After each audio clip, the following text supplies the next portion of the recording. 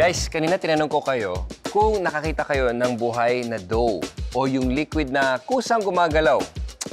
Ngayon, gusto niyo ba malaman kung paano gawin yon? Opo, Kuya Chris. Madali lang ba yun? Oo, madali lang. Ang mga kailangan lang natin ay cornstarch at tubig. Okay, titimplahin na natin ito sa bowl at hahaluin lang siya, okay? Mamikmik, help me. Sige po. And then, at Alexi, pwede pa-mix lang. Okay. Mix, mix, mix. Ganyan lang. Mix. Parang ganyan, okay?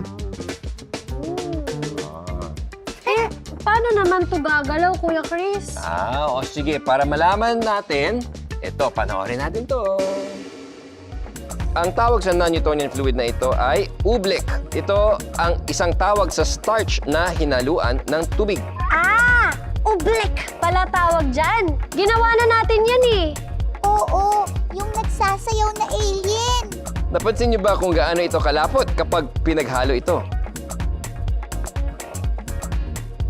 Ngayon naman ay subukan niyong lagyan ng puwersa ang liquid na to. Napansin niyo ba na parang tumigas ito? Ngayon ay subukan niyong hawakan at i-observe kung paano ito dumadaloy sa pagitan ng mga daliri. Subukan niyong gawin itong hugis bola at lagyan ng pressure. Magiging solid ito, pero sandali lang. Kapag inalis mo ang pressure, dadaloy lang ito sa mga daliri niyo. Ganyan ang galawan ng mga non-Newtonian fluids. Paano po sila gumalaw mag-isa? Alam niyo ba na ang tunog ay enerhiya na dulot ng vibrations? Tingnan natin kung anong reaction ng non-Newtonian liquid kapag nakatagpo ito ng sound energy. Paalala mga I-believers, huwag kalimutan lagyan ng protection ng mga speaker nyo. Tulad ng paglagay ng plastic kapag ginawa ang experiment na to.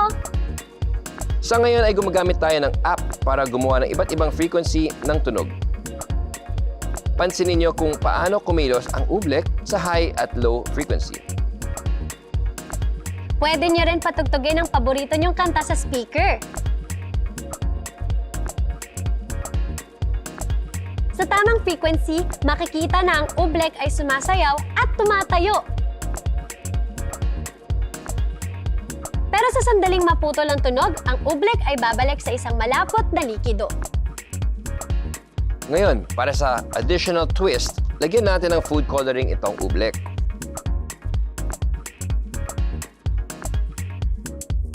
Wow! Para na siyang buhay! Kaya't kung may tubig at tirang starch, food coloring at isang speaker, subukan niyo to. I believe!